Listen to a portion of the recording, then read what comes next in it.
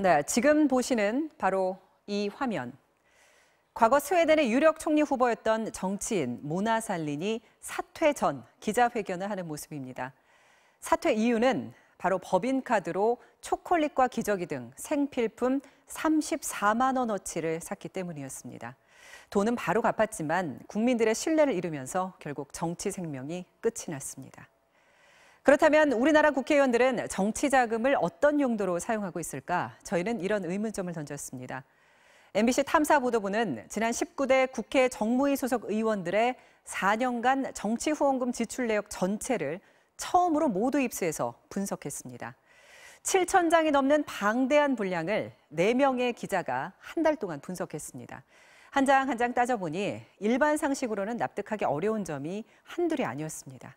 간담회 비용, 사무실 비용, 얼핏 들으면 의정 활동에 필요한 지출 같지만 과연 그럴까요? 먼저 윤정혜, 이덕영 두 기자의 보도를 연속해서 보시겠습니다. 경기도 안산의 한 골프장입니다.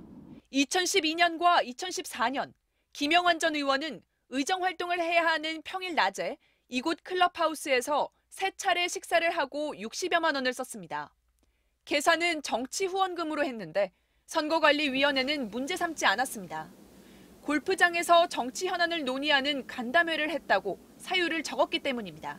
장소가 여기 카페라고만 돼 있는데 컨트리클럽이 골프장이던데? 네, 골프장 카페인데 이 내용만 가지고 여기서 조치한 내용은 따로는 없거든요. 의정 활동 일환으로 봐서 술값을 정치 후원금으로 지출하면 안 된다는 규정도 있지만 김 전 의원은 보좌진 간담회라며 동네 호프집과 실내 포장마차, 치킨집 등에서 수차례 술을 마셨습니다. 의원실 직원들과의 회식을 후원금으로 한 겁니다. 각종 간담회를 연 카페와 쿠키집은 자신의 자녀들이 운영하는 곳이었습니다. 모임도 가지시고 정치보러 나 모르겠어. 나 오래전 일이라 잘 기억 못해. 이거 2016년 것도 있는데요. 정책 토론회 같은 거 일반적으로 많이 하는 거죠. 뭐.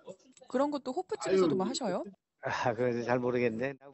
가지각색의 간담회를 했다면서 석연치 않은 밥값과 술값을 충당하는 건 아주 흔하게 발견됩니다.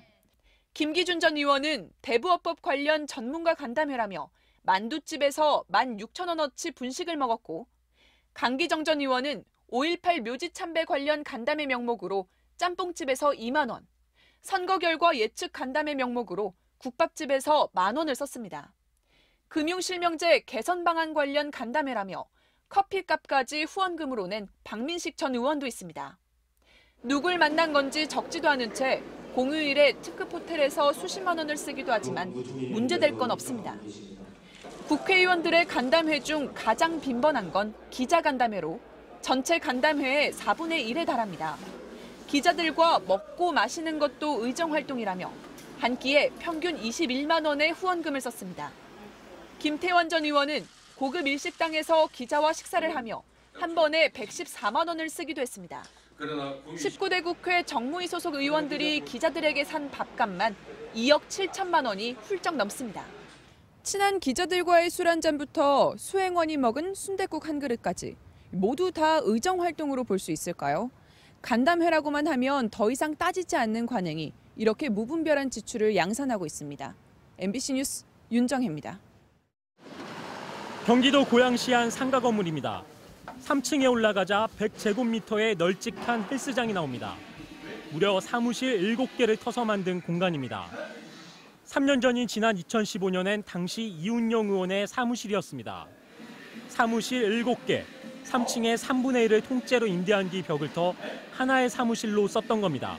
지역 민원의 날 이제 하는 장소로도 이제 활용을 했고 현안들과 관련된 주민 간담회 자리. 2015년 4월부터 20대 총선 직전까지 약 1년 동안 이 전 의원이 이 건물에 낸 임대료와 관리비 그리고 인테리어 비용은 7천여만 원, 모두 정치 후원금에서 지불했습니다. 보증금과 계약금 2천만 원, 부동산 중개 수수료 216만 원도 마찬가지였습니다. 2015년 한 해 후원금의 60% 가까이가 이 특별 사무실에 사용됐습니다. 상식적으로 의아하지만 선관위는 불법은 아니라고 했습니다. 지역 사무소는 숫자 제한은 없고요. 별도 제한하는 규정은 없고요.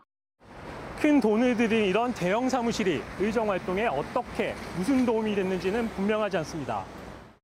20대 총선에서 공천을 받지 못한 이 전 의원이 실제로 이 사무실을 사용한 건 6개월 남짓. 사람들이 뜻을 때 사람들이 후보가 단판으로 내걸었지 사람도 왔다 갔다 하는 거지. 서울 중림동의 한 아파트. 김상민 전 의원이 2012년 비례대표로 당선된 뒤 의정활동용 숙소로 빌린 곳입니다. 이 아파트의 임대료와 관리비로 지출된 돈은 2014년도에만 890만 원.